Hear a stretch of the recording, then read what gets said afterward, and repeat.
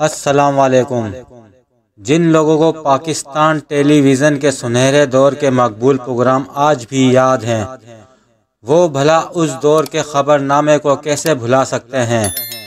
9 بجنے میں چند سیکنڈ پہلے کی خاموشی میں ٹی وی اسکرین پر چلتا ہوا وقت، پھر ٹھیک 9 بجے ایک مخصوص ٹون کے ساتھ خبر نامے کا آغاز، ٹیلی ویژن کے سنہری دور کی وہ یاد ہے جسے کبھی فراموش نہیں کیا جا سکتا۔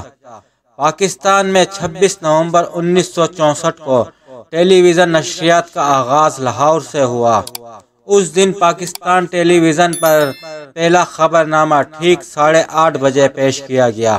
مشہور کمپیر طارق عزیز پہلے نیوز کاسٹر تھے۔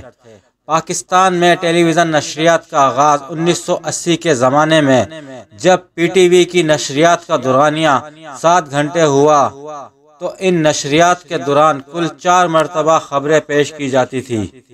روزانہ 5 بجے نشریات کے آغاز کے بعد 5:30 بجے مختصر اردو خبریں نشر ہوتی۔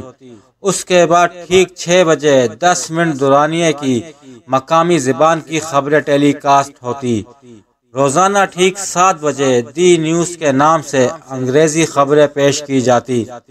عام طور پر شائستہ زید یہ خبریں پڑھتی۔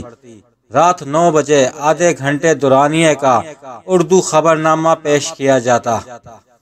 خبر نامے سے پہلے ایک حدیث سنائی جاتی، پھر قائد اعظم کا فرمان پڑھا جاتا، پھر ٹی وی اسکرین پر پاکستان کا معیاری وقت چلتا۔ ٹھیک 9 بجے ایک مخصوص موسیقی کے ساتھ خبر نامے کا آغاز ہو جاتا۔ گھر کے تمام بڑے بوڑھے پورے خبر نامے کو توجہ سے دیکھتے اور سنتے۔ آج پاکستان میں قائم درجنوں نیوز چینل پر پیش کی گئی خبروں میں سوائے سنسنی خیزی کے اور کچھ نہیں ہوتا، جبکہ 80 کی دہائی کا خبر نامہ نہ صرف ناظرین کی درست خبر تک رسائی کا سب سے بڑا ذریعہ تھا، بلکہ نیوز کاسٹر کے خبر پڑھنے کے انداز، الفاظ کے چناؤ اور لہجے کے اتار چڑھاؤ سے لوگوں کو اپنی اردو بہتر کرنے میں بھی مدد ملتی تھی۔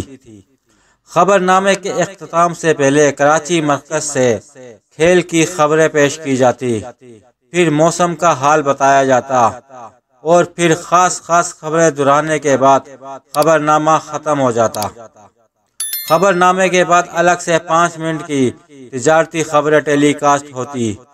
اس زمانے کے نمایاں نیوز کاسٹر کے نام یہ ہیں: زبیر الدین، مہاپارا صفدر، یاسمین واسطی، نگہت آفرین، نسرین پرویز، اظہر لودھی، حمید اختر، شائستہ زید، عشرت فاطمہ، خالد حمید بیگ، مسرور کاظمی، شبانہ عظیم، نسیم طارق وغیرہ۔